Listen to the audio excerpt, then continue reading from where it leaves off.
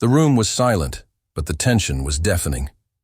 Every eye was fixed on Karoline Leavitt, the sharp-tongued, no-nonsense press secretary who had become a household name for her unflinching demeanor and razor-sharp comebacks. Today, however, something was different. The air in the Washington, D.C. briefing room was thick with anticipation, the kind that precedes a storm. Reporters shifted in their seats, their pens poised, their cameras trained on the podium.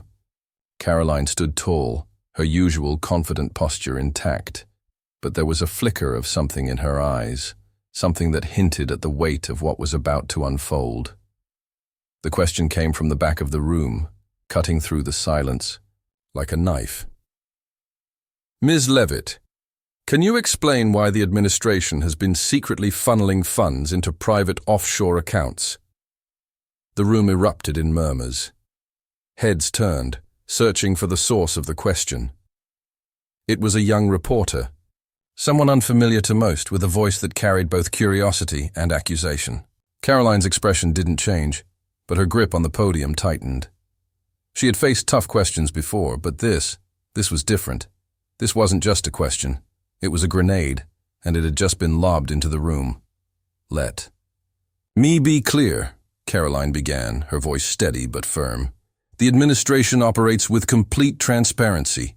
Any suggestion otherwise is baseless and irresponsible. The reporter didn't back down. Then why do these documents suggest otherwise? He held up a folder, its contents unseen but ominous. The room leaned in, cameras zooming, pens scribbling furiously. Karoline's eyes narrowed. She had been in this position before, but this time, the stakes felt higher. The documents, whatever they were, had the potential to unravel everything. "Where did you get those?" she asked, her tone sharper now. The reporter smirked. "That's not the point. The point is, the American people deserve to know the truth." "Are you going to answer the question, or are you going to dodge it like you always do?" The room held its breath. Karoline Leavitt was known for her ability to deflect, to redirect, to control the narrative. But this was a direct challenge, one that demanded more than her usual tactics. She straightened, her gaze locking onto the reporters. "I don't dodge questions. I address them with facts. And the fact is, you're making accusations without evidence. If you have proof, present it. Otherwise, this is nothing more than a cheap attempt at a headline." The reporter's smirk widened. He opened the folder, pulling out a single sheet of paper. "This is a bank statement, Ms. Leavitt. It shows a transfer of funds from a government account to a private offshore account. Care to explain?" The room erupted. Reporters shouted over each other. Cameras flashed, and the once orderly press conference descended into chaos. Karoline's mind raced. She had seen this kind of tactic before, a document presented as proof, only to be debunked later. But the damage was done in the moment, and she knew it. She held up a hand, silencing the room. "Enough," she said, her voice cutting through the noise. "If you have legitimate evidence of wrongdoing, present it through the proper channels. This is not the place for theatrics." The reporter leaned forward, his voice dripping with sarcasm. "So, you're refusing to answer?" Karoline's jaw tightened. "I'm refusing to engage in a circus. This administration has nothing to hide, and if you're so confident in your so-called evidence, I suggest you take it to the authorities. Until then, this press conference is over." She stepped away from the podium, the room erupting once again as reporters shouted questions, their voices blending into a cacophony of chaos. Karoline didn't look back. She walked out of the room, her head held high, but her mind was already racing. The documents, the accusations, the reporter's smug confidence.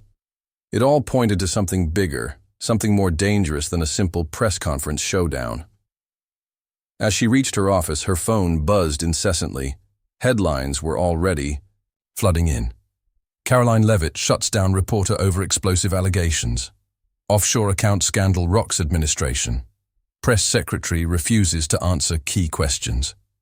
She scrolled through the notifications, her frustration mounting. The narrative was already spinning out of control, and she knew it was only a matter of time before the story took on a life of its own. Her aide rushed in, holding a tablet. "We need to respond. The longer we wait, the worse it gets." Karoline nodded, her mind working quickly. "Release a statement. Keep it short, direct, and unequivocal. Deny the allegations, emphasize transparency, and call for an independent investigation. We need to get ahead of this before it spirals." The aide hesitated. "What about the reporter? He's already giving interviews claiming he was silenced." Karoline's eyes narrowed. "Of course he is. Let him talk. The more he says, the more holes we'll find in his story. But we need to act fast, get the statement out, and then pull together a team to dig into those documents. I want to know where they came from, who's behind this, and what their endgame is." The aide nodded, already typing furiously. Karoline leaned back in her chair, her mind racing. This wasn't just about a bank statement or a press conference. This was about trust, about credibility, about the very foundation of the administration's integrity. And she knew, better than anyone, that once that foundation was cracked, it was nearly impossible to repair. Hours turned into days, and the story refused to die.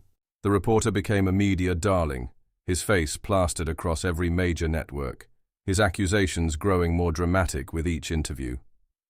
Karoline's team worked tirelessly, dissecting the documents, tracing their origins, and preparing a counter-narrative. But the damage was done.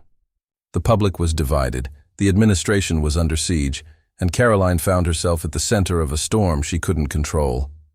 Finally, the breakthrough came. The documents were fake, a clever forgery designed to destabilize the administration. The reporter, it turned out, had ties to a rival political group, one with a vested interest in seeing the administration fail. Karoline's team released the findings, along with a detailed timeline of events, exposing the plot for what it was, a calculated attack on the truth. But the victory was bittersweet. The headlines shifted, but the scars remained. The public's trust had been shaken, and Karoline knew it would take more than a press release to repair it. As she stood at the podium once again, facing a room full of skeptical reporters, she felt the weight of the moment.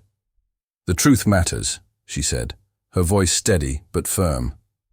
"And no amount of manipulation, no matter how clever, can change that.